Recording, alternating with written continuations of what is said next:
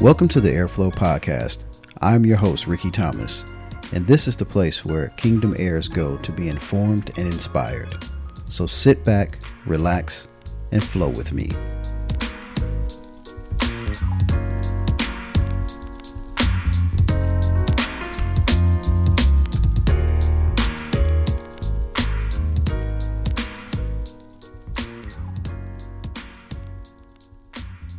Welcome back to the Airflow Podcast. I am your host, Rickey Thomas, and today I am very blessed to have a wonderful, beautiful guest host with me. My lovely wife, Casandra Thomas, is here to guest host with me. So welcome, Casandra. For those that her, she's better affectionately known as KK. So it's going to be hard for me to call her Casandra throughout the podcast. So I will be referring to my wife as KK. So KK, welcome to the podcast. I'm glad you're taking some time to talk to me and talk to the people. So I just want to welcome you, and I look forward to this conversation we're gonna have today. All right, thanks for having me, sir. See, y'all don't know she being funny because we talked about this. So I'm just gonna share. So before we talked about doing this, I was like, well, how you gonna do your professional voice, or you gonna do your KK at home with the family voice? And she was like, I'm just gonna be me. I'm just gonna be me. And she already starting off doing this. I'm doing well, sir. But nevertheless, KK is here. I'm excited. As I mentioned in the first episode, I'm going to have her be a part of the podcast, at different times.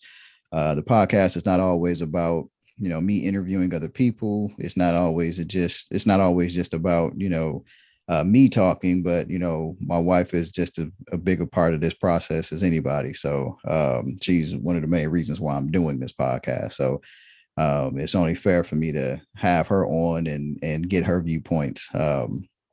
But today in this episode, we really want to talk about our story.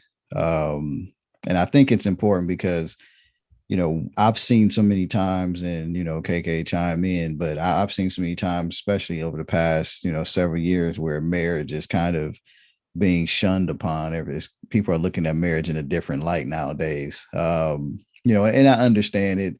There are challenges. People are definitely short with everybody in their relationships, but most people just figure I'd rather be alone than be married, or they don't want to be with somebody or deal with other people's attitudes and take on other people's problems, some folks will say. So I felt it was important for us to come on, to talk about our relationship, talk about our experience through marriage, and just really encourage others who are married, thinking about getting married, in the process of getting married, even those that are in the process of, talking through divorce. I think it's just important to hear from people who have some experience, and, the same with us. We've listened to different people with different experiences in their marriages, and it's helped us to grow. So, KK, how do you feel about, marriages today? Just, we'll start there.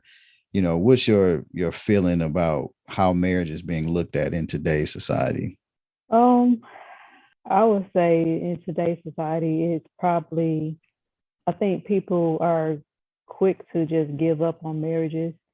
They don't want to put in the work. I mean, I've seen where you have individuals where, they have challenges, but they don't like to, they always like to point at the other person. They always feel like there's nothing wrong with me, it's you or whatever. Mm-hmm. And just with COVID, like I was telling you last year, when COVID first happened, I feel like if you don't make it through your marriage through this time, it's just, I don't know what you can do, because you're sitting there looking at each other every day, especially the ones that were able to work from home. You're sitting up there looking at each other every day. And, especially if you have kids, your kids are around, you're working, you're sitting there in the house, you can't go anywhere. So if you couldn't survive during that time, I don't know what you could do. I would say in our marriage, one thing I will say is that I think I'm sure I probably mentioned this to you last year, but it's funny that you and I were I had my back surgery in January, so I pretty much was already home before COVID happened, anyways. But just during that time, you was able to come home, and then the kids were home. All of us was there together, but me, you, and sitting at the dining room table working, and Christian sitting there. I actually can say I didn't get tired of being around you. Um, I mean, of course, there's times where I wanted a break in from, you know, just everyday life or work and everything. But I'll say that I didn't really get frustrated with being there with you every day, all day. I mean, it's still time that both of us are pretty sure that we want our own me time, but I didn't feel like, oh, I'm tired of looking at you or whatever. Because I Yeah. mean, you did your thing, I did my thing. I was on me, you was on calls or whatever. But it almost felt like we were together, but we weren't together. Because I mean, even though you were sitting across the table from me, we could go all day almost not really talking that much because we were so involved in our own work. So I mean, I don't Yeah. know. I mean, I think you touched upon some key points. I think, just starting back or going back to the whole piece about, marriage and, not wanting to work. I think that is one of the key things that people forget or they don't think about when they get married. They think about, the wedding, the reception, and, you know, the feeling of I got married and I went through all the ceremonies and all that stuff. But the work starts after all that goes away. After everybody is kind of moved on and they realize, okay, yeah, you got married, that's great, and you open all the gifts and you go through all that stuff. It's like, okay, now it's the two of you building, building from that point. And if your foundation was shaky from the beginning, in terms of why you got married, the reasons why you got married, if it wasn't something that was going to be sustainable, like love and friendship and all that stuff, then it's kind of hard for you to fight for something because what you based your relationship off of wasn't really, something that was stable enough to really build a foundation. So, or build from that foundation. So, and the pandemic was just a totally, I mean, that, like you said, I think that really did challenge a lot of people because now you have to sit there and look at not only your spouse, but if you've got children, you're within those four walls of the house and having to deal with family, drama or just deal with things because everybody was handling it differently. Some people who are introverts, they're like, okay, this is cool. I can sit at home and I don't have to be around people. So I'm good. I'm in my zone. And you got people, like our daughter, Sanai, she's more of a extrovert. She likes to be around. I mean, she's kind of mixed. She likes to be around people, but she don't like to be around people. But, I think we all just started feeling like the walls are closing in. And, that's why we decided to take a quick little getaway and get it from around the house and just figure out different ways that we can do things safely. But She I likes 100, to be she likes to be around people. She's like she don't like to be around a lot of people, and yeah, especially people that she doesn't know. So she yeah. pretty much gets that from me. But yeah, I mean, I think you start to find out not just about our marriage, but just around about our family, and it was good, like you said, sitting at the table during that time. I mean, so for everybody to get kind of a visual, it's myself. I've got a laptop and two monitors. KK's got a laptop and two monitors, and she's sitting at one end of the table. Christian is sitting at the other end of the table. So at the heads of the table, Christian's sitting at the other head of the table. He's got a laptop and a bunch of books. So that's kind of our dynamic for, that was our dynamic for a good, 3 to 6 months. We were sitting there, until he got out of school, about, I'll say 3 months until they got out of school. But, it was crazy because yes, we were engulfed in our work, but no, we didn't get tired of being around each other. And there was times where we got up and, if you had a meeting or you had a call, and I was on the call, you would go to the room or vice versa. I would get up and go to the room. We made it work. I know that's something we were always wanting to do was be able to work from home, or have the ability to work from home. And I've had the opportunity probably more so than you have until recently you've been able to do it more. But I think during that time, it did show us a lot more about our marriage.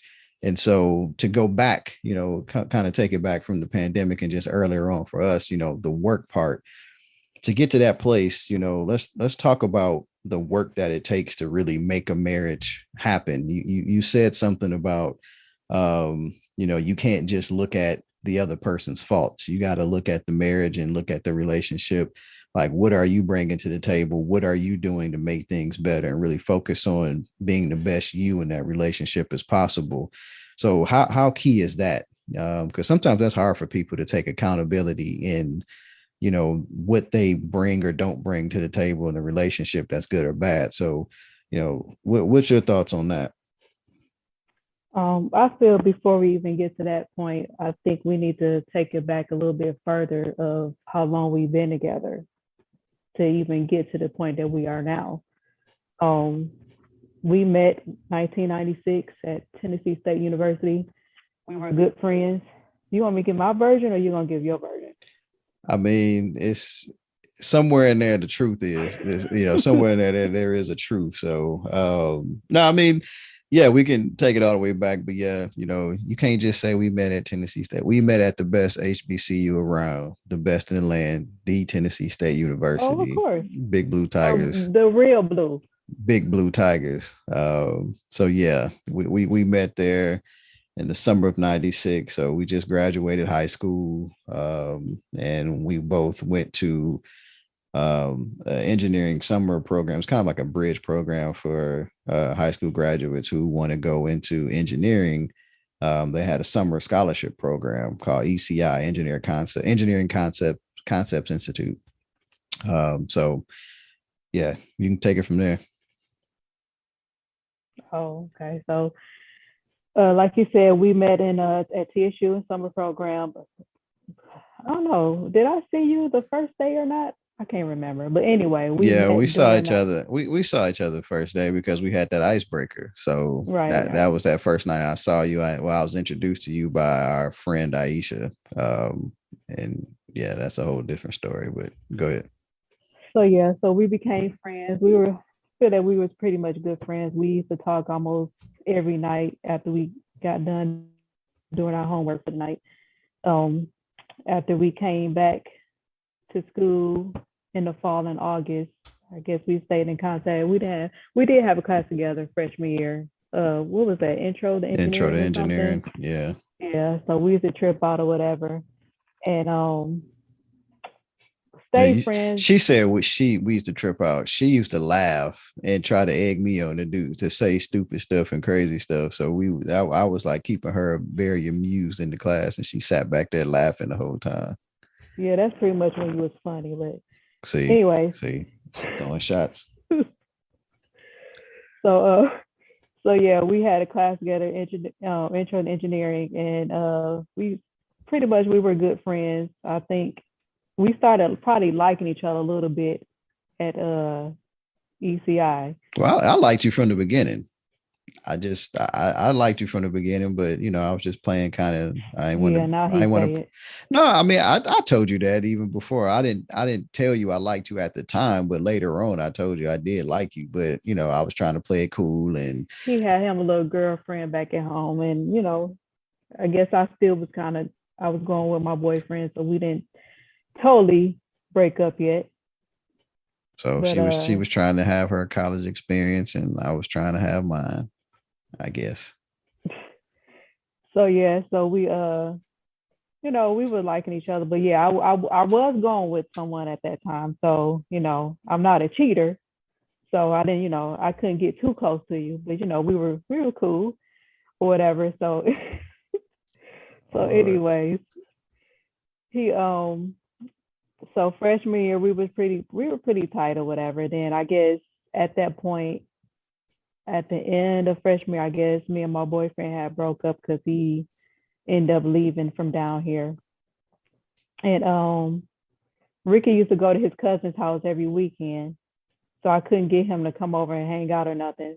He wanted to go with his cousins, CC and Alvin's house or whatever. And I guess I wasn't good enough for him to hang out with on the weekend. Whatever. No, it wasn't that. It was just I I always had this thing that I love being around family. So with me, when I was down, when I was at home in Detroit, I was always around family. Like even with my friends, they would hang around me and my family. So, when I was able to hang out with them, I was hanging out with my younger cousins, Alvin and Ashley, and we did. It was kind of cool, it was hanging out with them, and it wasn't I didn't want to hang out with you. I think at the same time, I kind of understood that we both liked each other, but I wasn't ready to be in a relationship yet.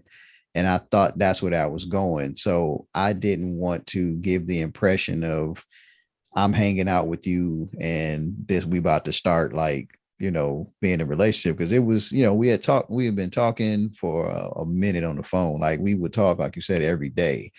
But I didn't want to go through that process of knowing, going through that process of having to tell you I didn't, I can't be in a relationship with you.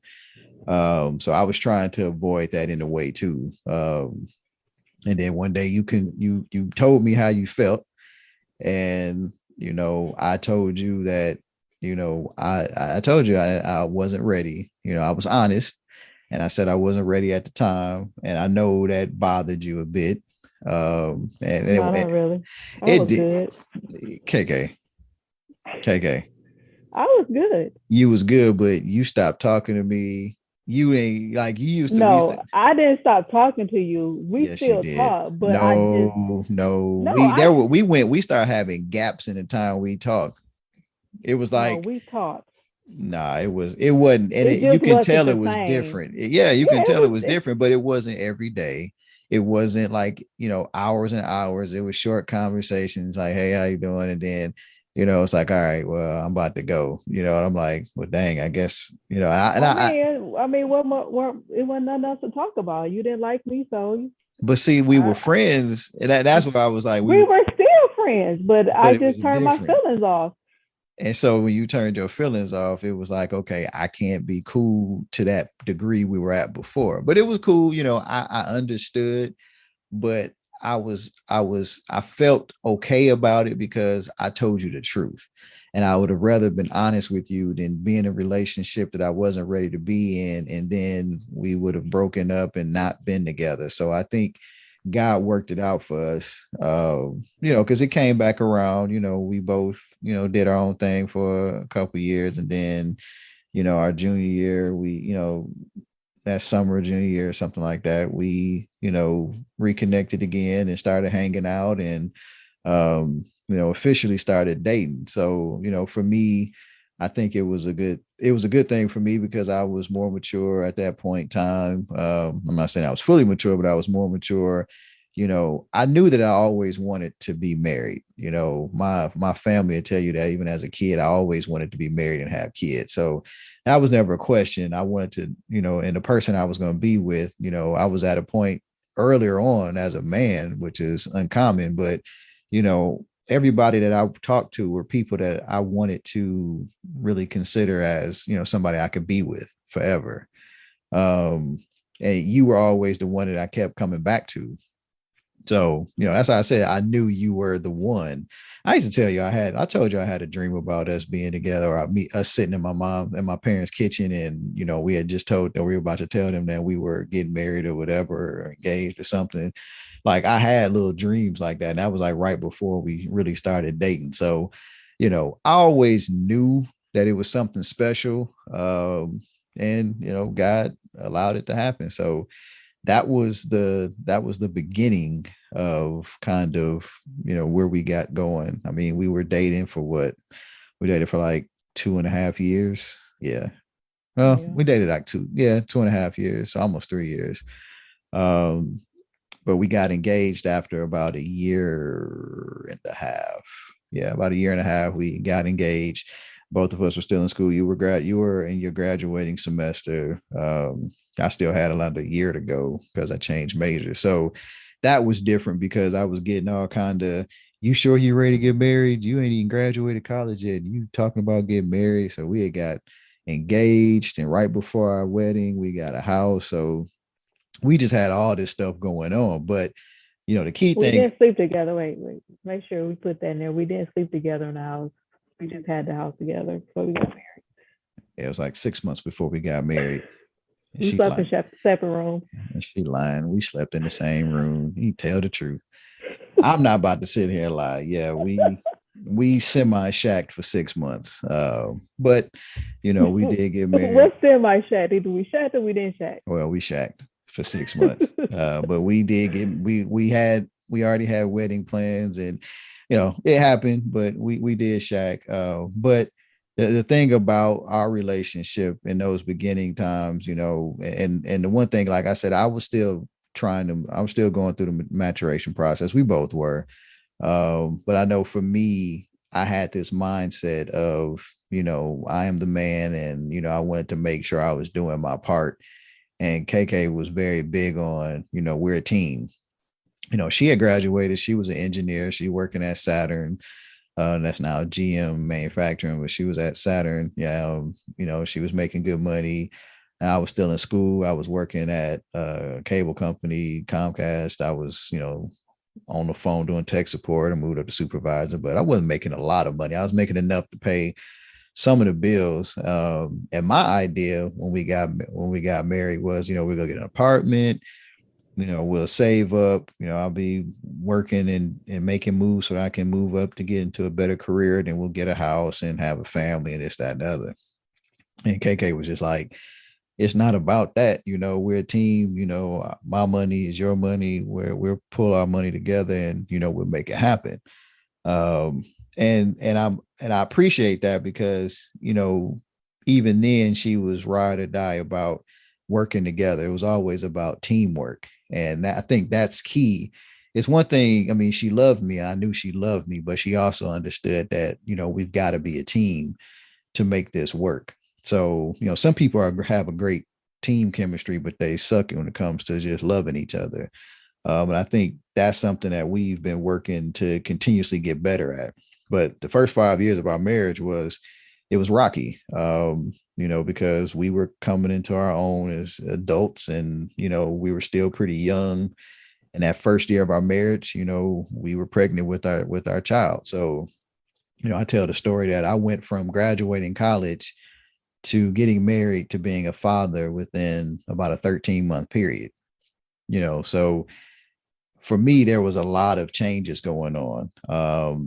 And I thank God that Also, during that time, you gotta mention your mother was sick. Yeah. Her child, she had cancer, so we were dealing with a lot during that time. Yeah. So I'm studying for finals. My mom's sick, trying to get, making sure, we're doing, I was doing a little bit. You did most of the stuff for the wedding, but, getting the wedding stuff together, working full-time job, so we can get the house. And then after I graduate, then it's, my mom, was, by that point, she was in remission the first time. And, and Sinai was, had Sinai within that first year of right before our first year anniversary. We had Sinai like 10 days before that. So there was a lot of changes, a lot of stuff going on. And, had it not been for God and having a strong foundation with us in our relationship, I don't know if we would have made that. And most people that I talk to, they tell you that the first 5 years of marriage, it is the true test. And I don't care how great people's marriages may seem on the outside, there are going to be some challenging times. I think a lot of people don't share that. They always talk about the great things. Oh, you guys match each other, the way you dress, or you guys are always, you compliment each other so well. And I mean, we did that. But we also knew too, if we had challenges, we didn't let them linger on for a long time, but we also knew not to spread all of our stuff out in the public. When we had challenges, we tried to work them out. Some people knew about them. It was select people. And that was because, we wanted them to know, because we cared about their guidance and thoughts about, the situation. We knew they understood about marriages and they can help us. And then you don't want any unnecessary warfare to deal with, bringing certain people into your marriage. So that was another thing that I really respected, about KK, and just about how we are. We don't just run off telling everybody our business, especially in our relationship, because that can get messy. And I've seen a lot of relationships get majorly damaged because of that. So, that first 5 years was interesting though. two kids. We had our second kid within that time. So I don't know. It might have been better for you. How was the first 5 years for you? No, no, it was rocky. I mean, we went through financial challenges, Yeah. just challenges of just us, like you said, we were growing, we had to learn each other ways. I mean, one thing that I know that you had to learn about me is you're the type of person that if we going through something, you want to nip it in the bud. Let's talk about it right then. I'm the type of person like, no, give me time, give me space, let me think about it, because I didn't want to say the wrong thing. Because my thing is always, I need to calm down because if I say what I feel right at that moment, I know I'm going to regret it. So instead of me have to regret what I said to you or to anybody else, just let me step away and calm down and think about it and let's talk about it at that point. So what she said is she don't have any filters and she needs to take time to prepare herself to say the right thing, or you will get the unfiltered version of what she wanted to say. Hey, I'm being honest. And so that's why I say sometimes, but some, and I did have to do that because again, I'm the type of person, and not that KK likes drama. I'm the type of person where I can't sleep or function if there's drama in my household. That's the one thing that will keep me up. I usually go to sleep pretty quickly, but if there's drama, that's what worried me. Like I can't work. I can't focus on work or just anything if there's drama, especially in our marriage. It never sits right with me. And I try to do what I can, and sometimes it is me being forceful and trying to control the situation instead of just letting things be what it needs to be and give her space. But I try my best to at least make sure I apologize, and I don't just apologize just to do it. I mean, I do apologize for my portion of whatever the discussion was that turned into an argument at the time. I make that clear. If I felt I was wrong, I will say I'm wrong. And KK will, she'll say, okay. And, a few days later, whatever, a few weeks later, we may address it again. And usually it does come up at some point. Why you have to go there? Few days, few weeks.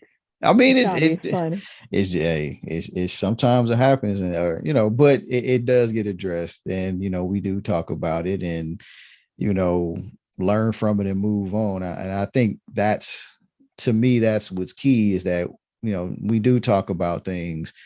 It's not to say that we're perfect, and I don't expect, she doesn't expect me to be perfect. I don't expect her to be perfect, but we continue to learn and grow together, and we're continuing to evolve even now. We've been married for 19 years. We've been together for 22 years. And, even through all of that, we're still learning different things about each other, and moving up, we're aging a bit. Our kids are in different seasons, so we're experiencing, now we got a kid going to college, which is a mind-boggling thing, going through that whole process. So all the emotions that come with that. Now we've got two kids in the house. One's a sophomore, going into a sophomore year of high school. One's a fifth grader. So we're all over the place with a college student, a sophomore in high school, and a fifth grader, and trying to be all that we can for them.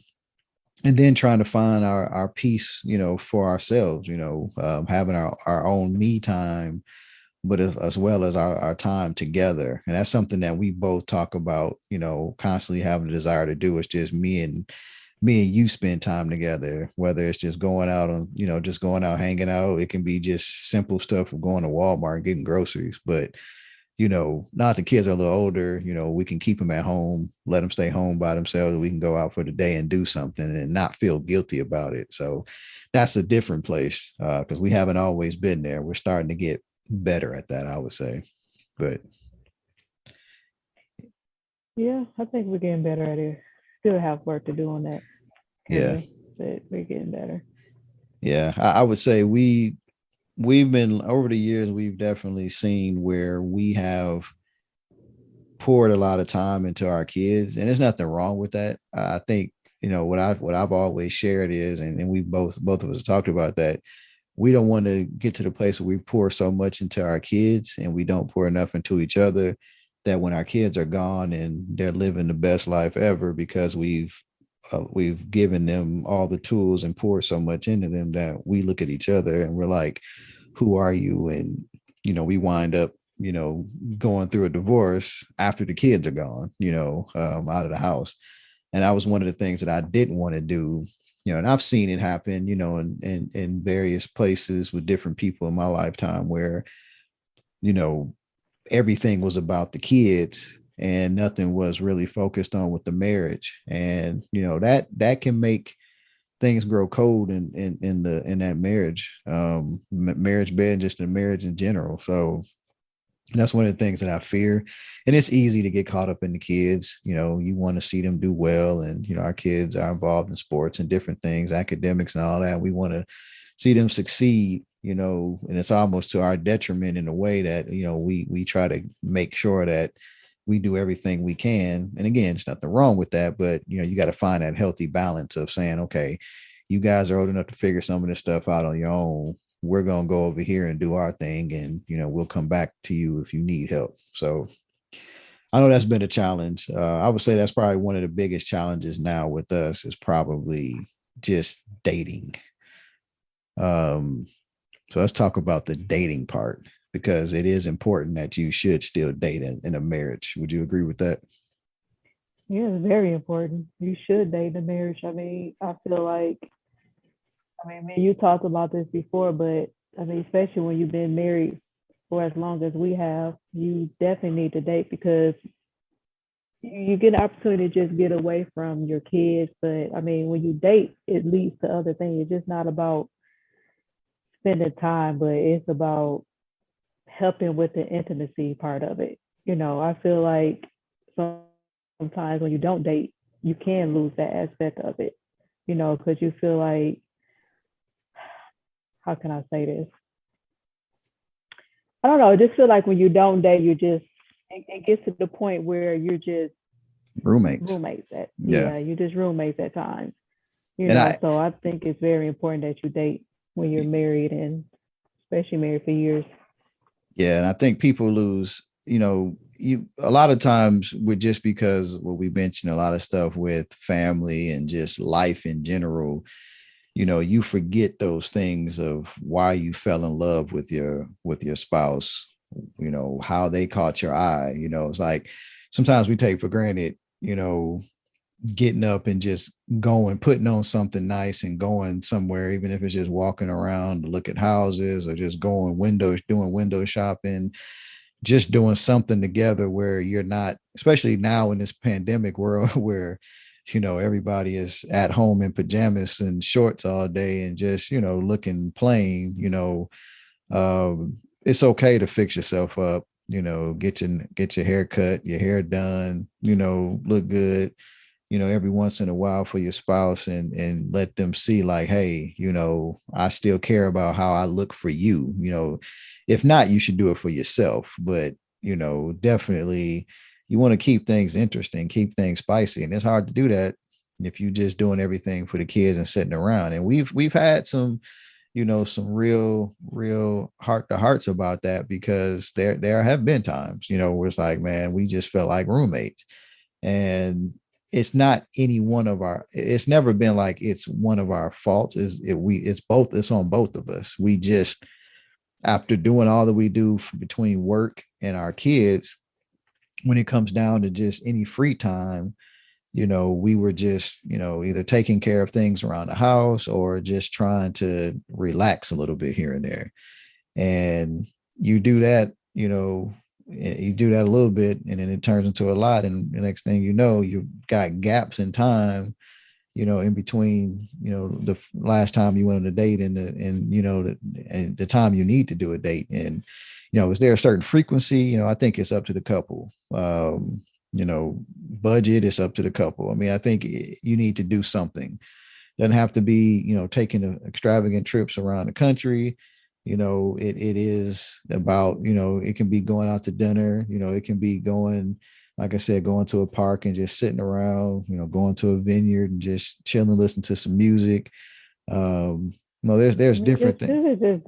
You can just do different things. You can do, like, one of my things was, it doesn't have to be something big. It can be something just put some thought into it. It can be us just going to sit in the backyard and being creative and having a picnic, You don't like being having, outside though.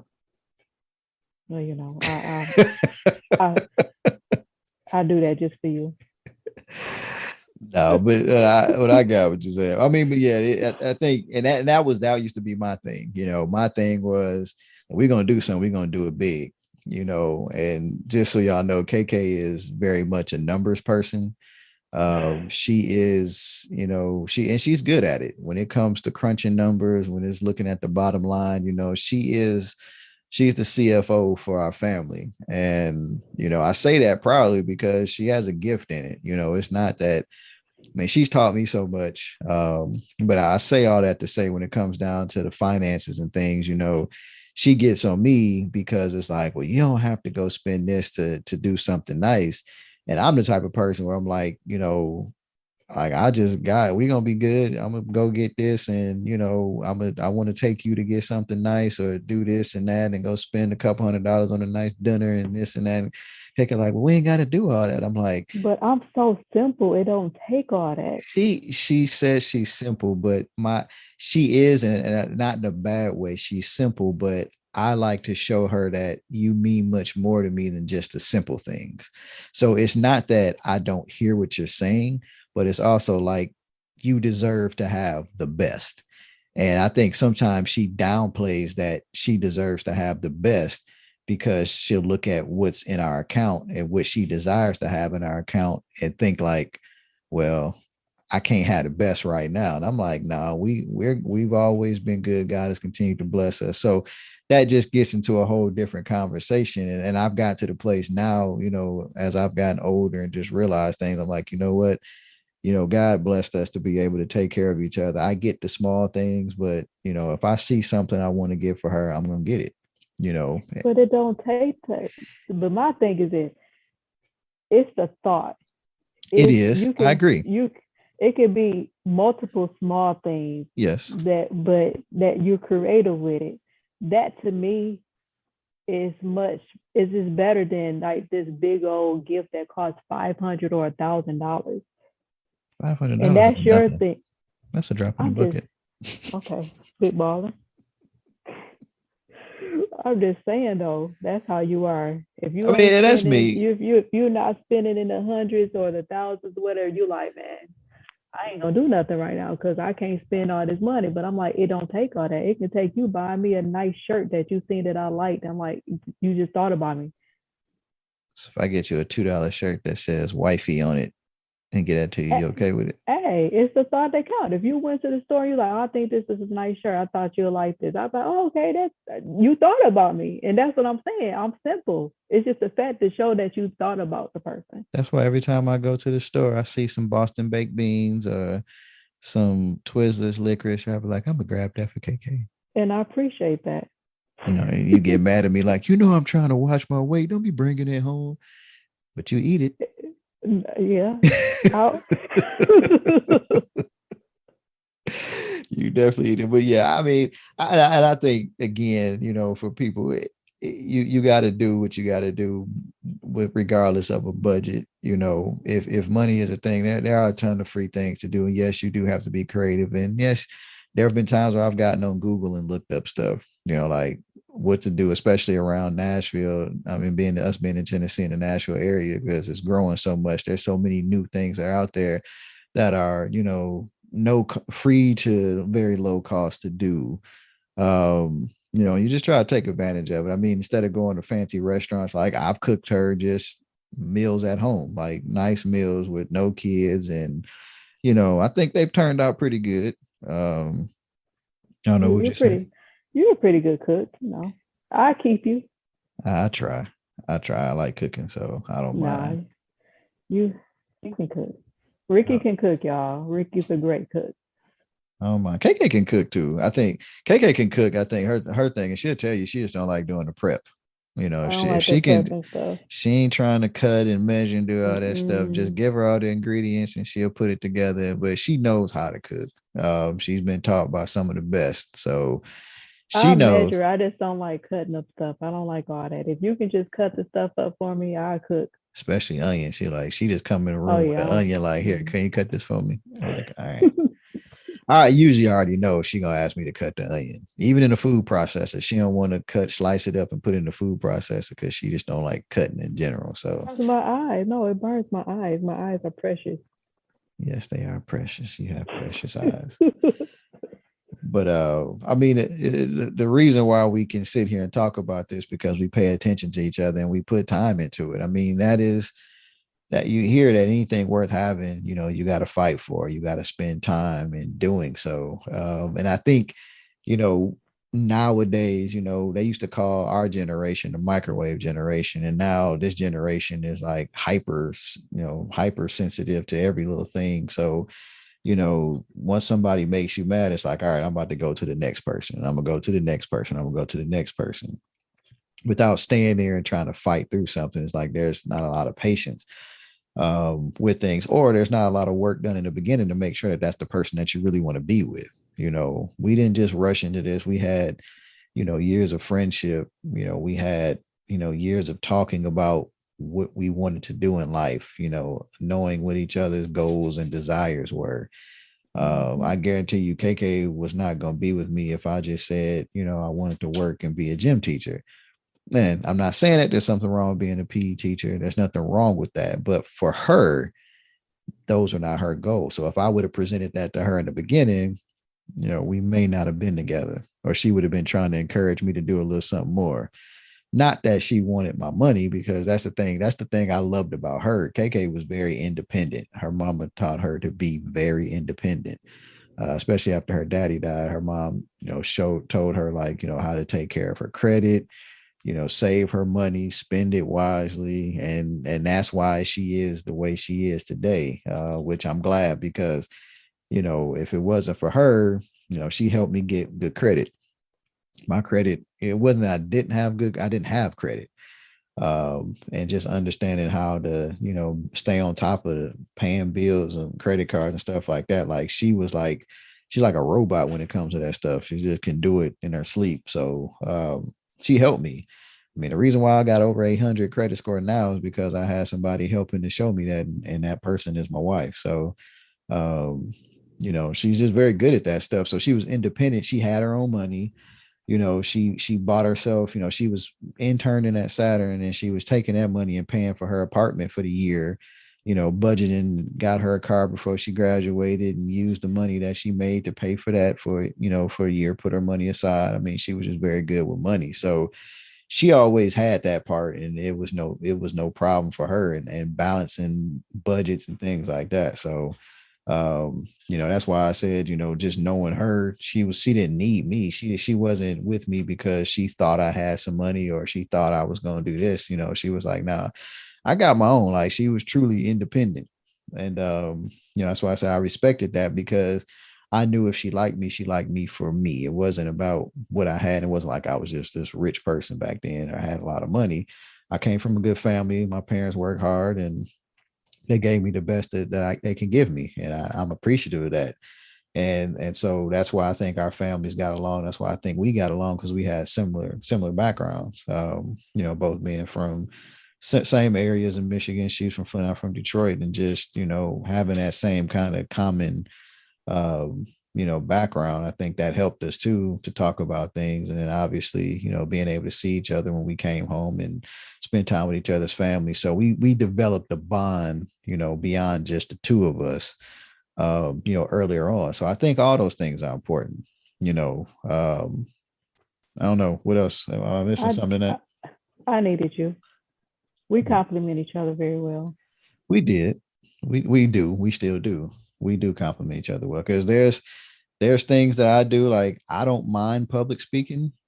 You know, KK is Not my good at it. thing. No, I'm KK not. KK is good. No. She says she's not, but when she does it, she speaks with passion, and people gravitate to her when she does that. And she always downplays that, but she is good I at it. always say they just do it because they're not used to me doing it. No, they It's they not my feel thing. they feel This your is heart. this is your gift. It's not mine. And see, I don't even see, I guess I don't see it as a gift, but I receive it, but KK is good at it. I try to encourage her to do that because I know that she's got a story, she's got a message, and then just, the knowledge that she has about, budgeting and things like that, she's just good at it. And I know she can help people. And when she's in her element, she flows with it. So, um, and that's what I would say about each other. We see the gifts that we have and we encourage each other with that. Um, KK stays on my butt about stuff, when I'm glad. She keeps me on my toes. And you gotta have that, we don't let each other get just content about things. We push each other, we support each other, mentally, physically, spiritually, financially, we invest in each other.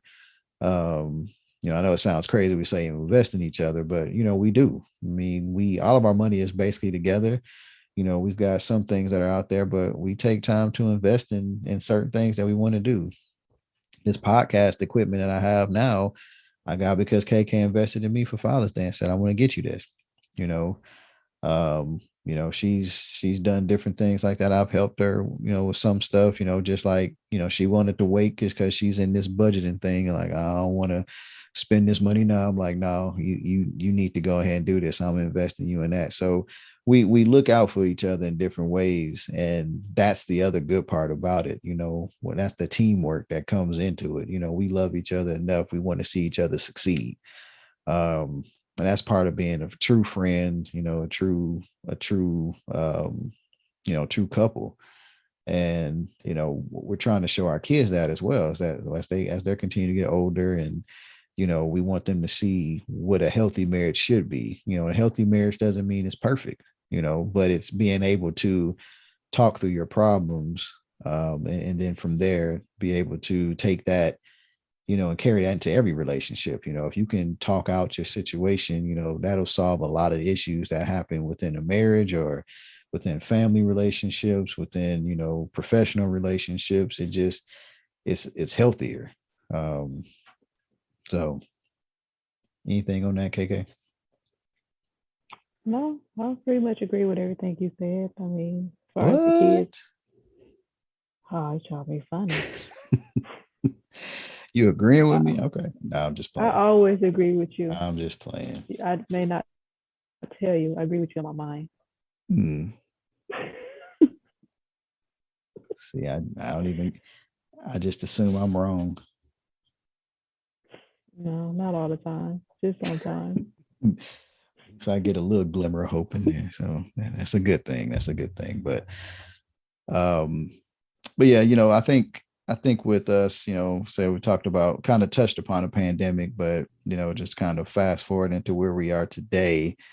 you know, yeah, for us to be able to move into what we're believing to move into as a couple, as relates to businesses and, just this next phase of our life, having that foundation earlier on in our relationship to be able to go through the challenges that the world is seeing from this pandemic. The other part is us being, rooted in our faith. Having God as a part of our relationship is very key, to making it through all of the years that we've been together, and even through the challenges like, a pandemic or something like, just something like that. I think that has also kept us moving at the place that we need to be moving to, and being able to come back together and realize that, it's not about me being right, it's not about you being right. you know God put us together for a reason. There is a path for us. We can continue to move forward if we just put our egos aside and work together in love first, and then work together as a team to make sure that, we're sticking to that vision. And sometimes, again, we get curveballs thrown at us. Life happens. But I will say that we recover pretty well. And we've got a ton of great testimonies that, we'll be sharing. I mean, this won't be the last time you hear, the beautiful melodic voice of Casandra Thomas. Oh, please. So she will be back on here at different points in time. Like I said, she's got a lot of knowledge, and I'm sure there's a lot of things that we will talk about, just as how we bounce things off in our family. But this is us. We are 19 years in this marriage, three beautiful kids, you know, buying real estate, working on starting different streams, different businesses. Um, we definitely make mistakes, consistently trying to be better mentally, physically, spiritually, financially as individuals, and as a couple. And I think it's important, and I think that's one of the things that we definitely do is we try to be individually better for each other. Not just, I mean, we definitely want to be better for ourselves, because you have to love yourself. It's hard to love somebody else if you can't love yourself. And I think we definitely do that. But we also work to be better for each other and better for our family. And the decisions that we make, we always think about our family. And we keep our family first, and we keep God first, but then we also look at our family. So I think that is very important. We keep a good order, with God, me and you, and then our kids. I think we do a good job at that, especially now as we're getting older. The kids, I think we've gotten to the place where, like, okay, we got one that's driving, one that's about to drive. We feel pretty good about, leaving them at home and going do stuff we want to go do.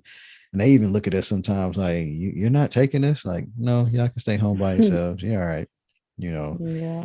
I think that freaks them out sometimes. They're like, y'all actually gonna leave us home? But you know, we trust them. We are in a position to do that now that they're older. So it gives us time to just go away for a few hours and then not tell them where we're going and let them figure it out.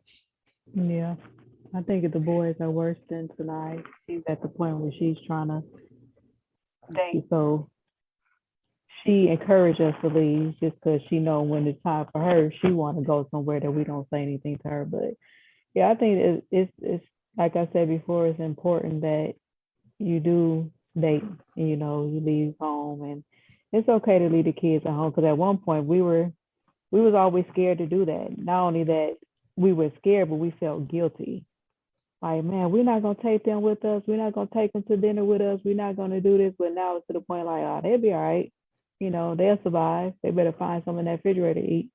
Well, yeah, because I mean they'll go out with their friends and their friends' family, and they'll be gone and having a time of their life, and we sitting at home like, nah, we don't want to go do this without them. Like, nah, we didn't. We definitely changed, in a good way. We don't feel. And another thing, I guess, with us, we did, and we probably should have done more. We have a good support system around us. We've always had people that probably wouldn't have had a problem watching our kids for us to go out on dates. We just had this thing about just respecting people's time and not wanting to ask people to watch our Mm-hmm. kids, because we didn't want to feel like we were just dumping our kids off for us to go party. And Oh, or just we was bothering people, or just being a burden of asking people to watch our kids. yeah, and we had plenty of family around. It was just one of those things where it was like, oh, I don't want to, we felt guilty. And the times that they did do it, they were like, anytime. People say anytime. We're like, we don't want to abuse that, but our anytime, we were like once a year. We were like, hey, can you watch? Mm-hmm. Can you watch the kids? Or, we would try to find, like, one of their friends that we were cool with their parents, and we'll have the kids divided up. Want to go here, want to go there, want to go somewhere else, so they can enjoy themselves and this, that, and the other. Because we was like, we don't want to send three kids over somebody's house. That's a lot to do. And we didn't care. We would always send them places and make sure they had money for them. And people were like, you don't have to send money for them. Like, that was just how we were. That's how we were wired up. And I know it wasn't because we didn't have it. It was just us. But as we started getting older, and Sinai was older, and she felt comfortable staying at home. We wouldn't stay out all, like, overnight, but of course, to leave them at home for a few hours for us to go do stuff. I think for us, we started feeling more comfortable, because after a while they didn't care. They was like, yeah, you can leave us at home by ourselves. And We were giving them strict rules and everything, but it was just part of the process. And now, that they're older and we're looking like we're excited. We're like, look, we got a kid that's driving. She can go take, so and so over there. She can do this. She can do that. Now she's about to go to school. We got another one that's about to start driving. So we'll get Trey ready to drive, and he can take Christian to where he got to go. So, we'll do what our parents did to us. You get it. You're excited when you first got your car, first got a license and was able to drive, and you was willing to drive everywhere. And after a while, it was like you tired of driving because you want to chill and you got to take your little sibling, somewhere to practice or wherever to school. And they tired of doing it. So we get to pass that on our kids. Thank God I didn't have to deal with that. Oh yeah, you're the youngest. I'm the youngest, so yeah, I got to drive myself to work. That's it. Yeah, you were fortunate. I had my older sister Shawnee. She was off in school, and I started driving, and I was trying to take our younger siblings around, and it was cool at first. Like I said, because I didn't have a car of my own, so it was like, okay, well, yeah, I take them around, but after a while, it's like, man, I don't feel like driving over here. I wanted to go here, or I'm at home chilling. I don't feel like waking up in the morning and taking them to practice and doing that. But that was the rules if you want to drive, and that's just this is how you had to do it. My parents were like, we going to work, we going to do this, y'all gonna take your brother and sister around. I'm like, all right. So you got lucky being the baby, the spoiled baby. I was not spoiled. Yeah, you were spoiled, but it's all good. Well, is there anything else you want to touch upon on this episode? I know we got a lot more that we're going to touch. We're going to specific things we want to touch about, but I figured this would be kind of a good start, a good introduction into those that don't know, just a little bit about our marriage and how we met, and just, some of the key points key things that we've done, throughout our marriage so far, just to keep things going. Did I leave off anything that you can think of? Not that I can think of right now, but one thing I will say is that in a marriage, when you having challenges, when you praying, like if you pray to God, if you having challenges, it's very important to pray, first of all. Yes. But it's not always praying for that spouse or whatever to change or, do better in the things that you didn't like. Sometimes you have to sit back and, pray and ask God to change you, because I'm just gonna admit I'm not perfect. I know there's some things that I know I've done wrong in the marriage. I know there's still some things that I can do better. KK, you are perfect. You are perfect. I'm not perfect. You are perfectly We're perfect. made. We're perfect for each other, but I'm not perfect. Oh, that was a sweet, nice little response. That sounded real good. But yeah, so I mean, there was many times that, at first I would admit I used to pray, and say, God, can you change Rickey so he can stop doing A, B, and C? But then I had to sit back and reflect and look. Wait, I had a A, B, and C that you was praying for? A D, E, and F, and G, and H too. Okay. I should have stopped at A, B, and C then. Dang. All right. But yeah, so I had to get to the point where, I had to sit back and reflect and say, wait a minute, you're not perfect. What are some things that you can change that can make you a better wife, to make him want to be a better husband in these different things, in these different areas? Yeah. So I would say that's, before we get off, but I would say if anyone's listening, if you're having any challenges in your marriage, that's one area you can look at, one thing you can look at doing. That's a good point. And that's something that I don't think I learned until, a little bit later on in the marriage was, it's easy to point out somebody else's faults or what you think are their faults, and when you spend all your time, fault finding in others, you don't take any time to look inside yourself and see, am I the person that I'm supposed to be? For God, am I the, for me, it was, am I the person that God created me to be? Am I the husband that I was created to be? Am I being the husband that I need to be for KK? And the other part is, am I being the father that I was created to be for Sinatra and Christian? So it's a different mindset, and I think that's part of, maturing. That's part of the whole maturation process, is looking at yourself and saying, okay, I can't keep pointing the finger and being the victim and everything. I have to look at it and say, what can I do? So my prayer was, God, make me to be, the best that I can be, because, and I told KK this. I said, look, if we get divorced, it ain't gonna be because of me, and I know that sounds bad, but it's like, I'm gonna do everything I can to be the best person, not the better person, be the best person for this relationship, for you, the person I was created to be. So if it fails, at least I know that I've tried to be the best that I can be, and I'm not saying that I'm always successful at all times, but if I keep that mentality, I keep that mindset, I will continue to get better.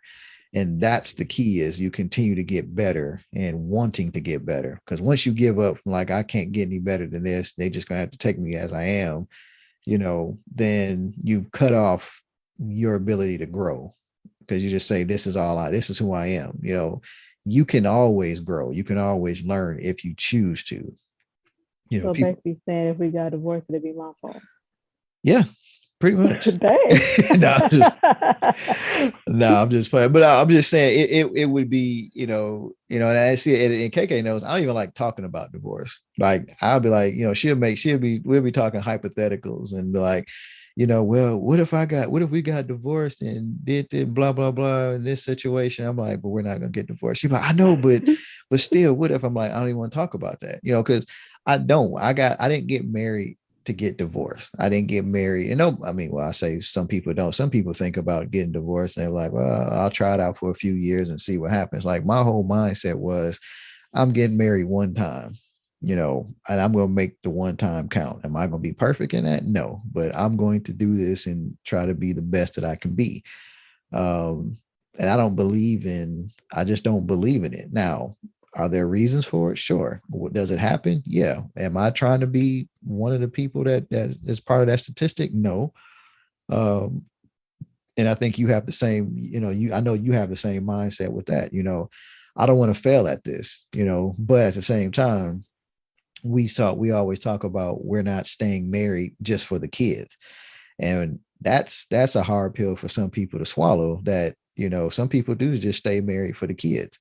And that's what happens when the kids are grown and they're out of the house and they're on their own, doing their own thing. Then you start seeing all these people who've been together for all this time. Obviously, you see all these folks getting divorced and you're like, what happened?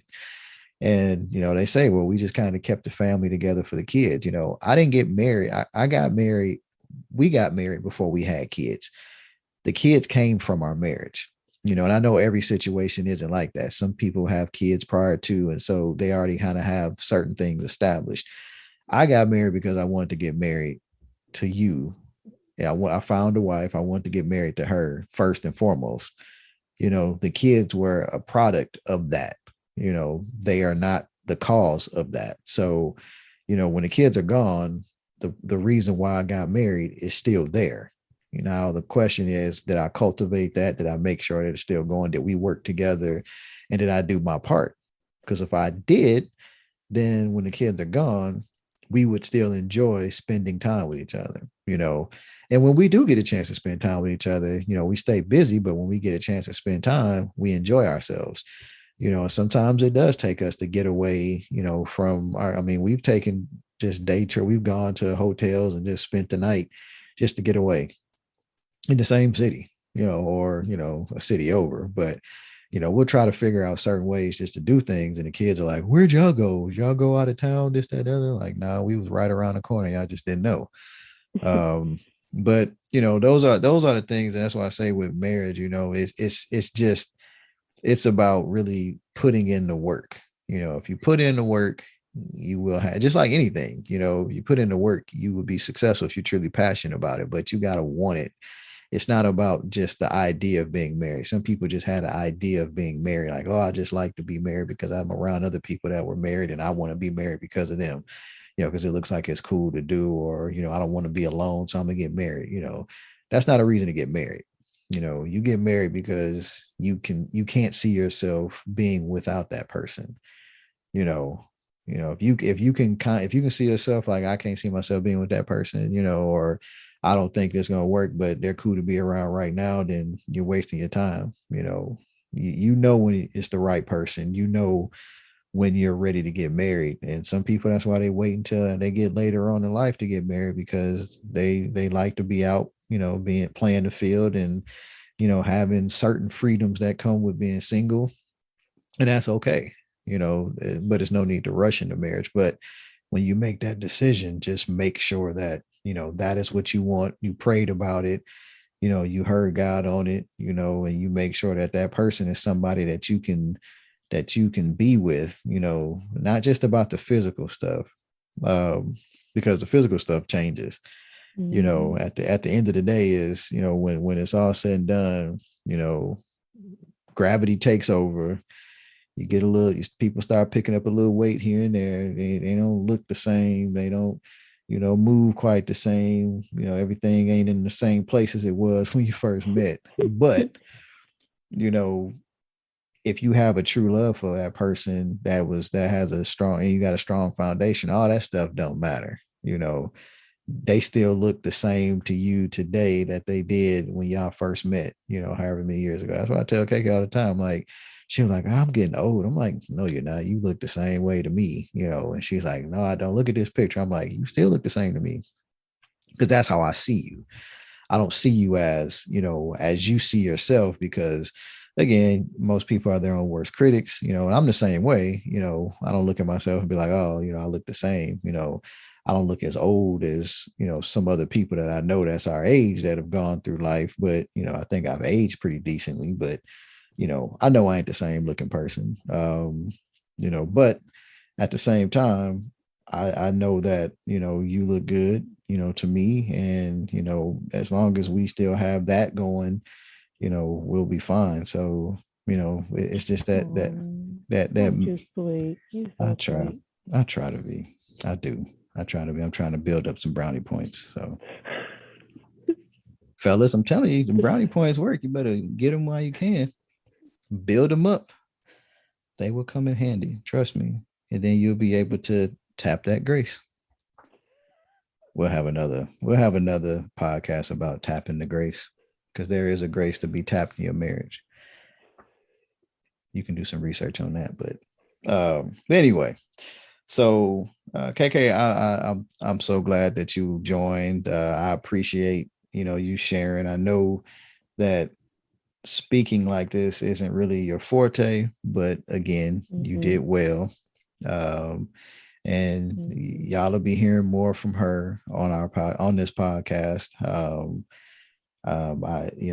I'm trying to get her to do a different podcast with me later on, so we'll see how that goes. We'll share some more information about that later, but she'll be back on the Airflow podcast again, just to share some insights. She's got a lot of stuff that she's cooking up on her own. And KK is in her own right mind. Like everybody that I bring on here, they got inspirational stories to share, and they've got knowledge to share. And I'm gonna have her share some tidbits about, some little tips and tricks about budgeting. um, and at some point, she'll be kicking off her business venture. So that'll be coming soon. We'll talk about that later. But I want her to share, because part of this Airflow podcast is also sharing tips and tricks to help you live the best life possible. And some of those things are around finances. You have to be healthy, spiritually, mentally, physically, and financially.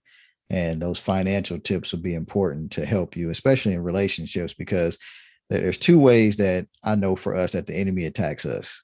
One way is through our finances, and that's usually where KK gets attacked the most.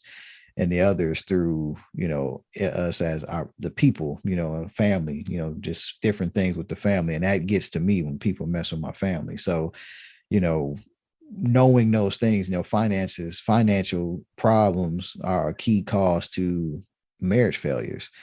Um, and this little basic thing that I've seen KK establish in our household, that have helped us to be so much better, in a better state financially. And then, we've learned and grown. And now, I'm picking up some things. So I have an understanding for certain pieces and certain parts of the financial thing, and understanding what my responsibility is. It wasn't just, okay, you go out and make money, because we both make good money.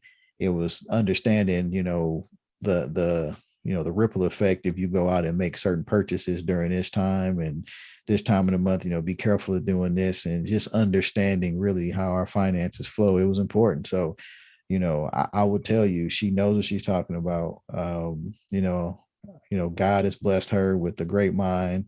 We're givers, we definitely are givers. And so that has helped us to continue to increase. But the way KK has been able to help us balance and budget our finances, it allowed us to be good stewards. So God can trust us with what he's given us. So we're kind of the yin and yang in a way.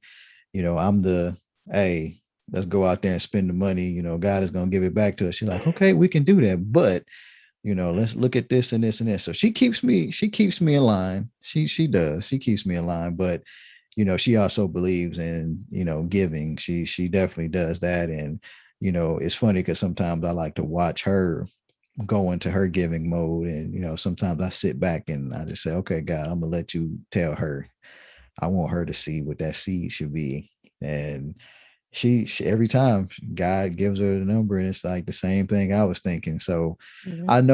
I know we're in tune with each other. I know spiritually we're in tune with each other. And there's times where she's said some things, about money, and I'm just like, okay, and I go with it, because I trust her. And I think that trust is what we have in each other. She trusts me, I trust her, and we let each other flow in what we're gifted in. And that's what works. I don't step on her toes and tell her how to do the things she's gifted in. I just offer suggestions and say, hey, you might want to do this because you're good at this. And she does the same thing with me. So anyway, I can sit here and talk on and on about how good she is. But I'm definitely thankful for you coming out to talk to our Airflow podcast listeners.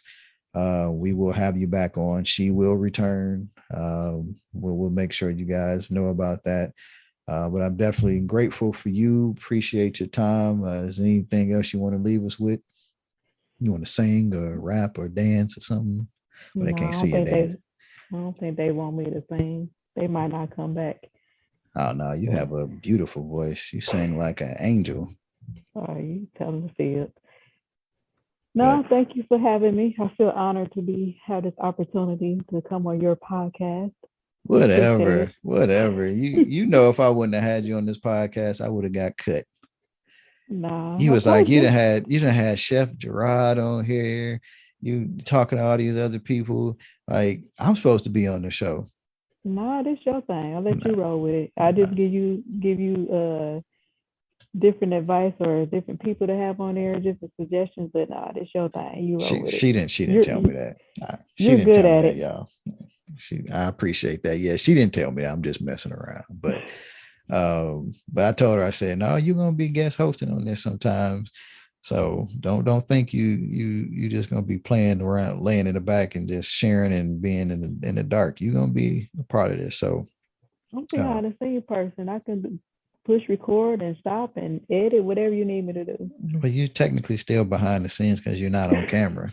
So you just lending your voice and your mind and your talents to share with the people. So again, we appreciate you. I thank you for joining me, not just in the podcast, but joining me in this journey of life. And I look forward to other episodes with you on here and just what we've got going on in the future. So I appreciate you, love you, and thank you again. I love you too. Well, everybody, thank you again for joining us for this episode of the Airflow podcast. I want to give a big shout out to my beautiful wife, Casandra, for joining me as a host on this episode. I pray that those that have listened learned a little bit. I hope that you gathered some information about marriages and what it takes to, what it took for us to make it 19 years. And we've been around several marriages where, people have been married longer, shorter. And, the one thing that they say is that they continue to fight for each other. No matter what, they fight for each other. And, obviously for us, it's keeping God first and making sure that God is first in our personal lives and in our marriage. And that has been an important thing. So, I thank my wife for joining. I thank her for her transparency. And again, I hope that, that transparency with our relationship is going to continue to help those who are challenging or questioning marriage or just trying to figure out if it's what you want to do. And I'm an advocate for marriage. I always wanted to be married and have a family. But the key point is I wanted to be married before I wanted to be a father. And that was a choice I made.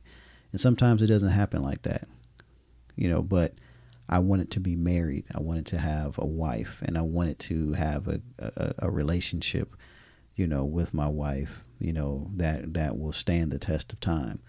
And, we're continuing to build on that every year, 19 years in, and, each year we're evolving and learning different things about each other. So, I'm definitely happy and proud of where we are. I'm thankful and I'm so blessed to have God continuing to pour into our marriage and, continuing to allow us to be great through him. So everything that we do, all the praise that we get heaped on us for staying together this long, I always tell people, it's God. It's God and our willingness to evolve as people and evolve as, individuals to be better and be able to hold each other accountable for things that are working and not working in our marriage and work on those things. So that is the beauty of us as a team. We love each other. We're in love with each other. And, we know the temperature of things, when we're around each other. So, we can look at each other and kind of gauge things. We sense how we feel, and, it sparks conversations. And sometimes those conversations aren't easy, but they're not avoided. We try not to avoid anything like that, especially if it's detrimental to our health or detrimental to our marriage. So, again, I just thank you all for listening, for taking the time to listen to what we're discussing. I pray that all this information is valuable, and I just ask you to continue to like and share and subscribe.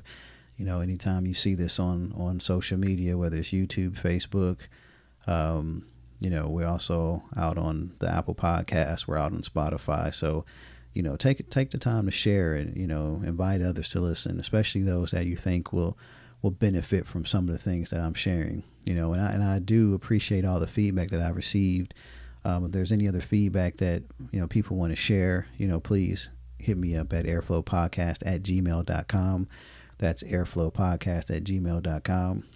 If you want to check out our episodes, go to airflowpodcast.com and you'll be able to access the podcast directly from that site as they're posted.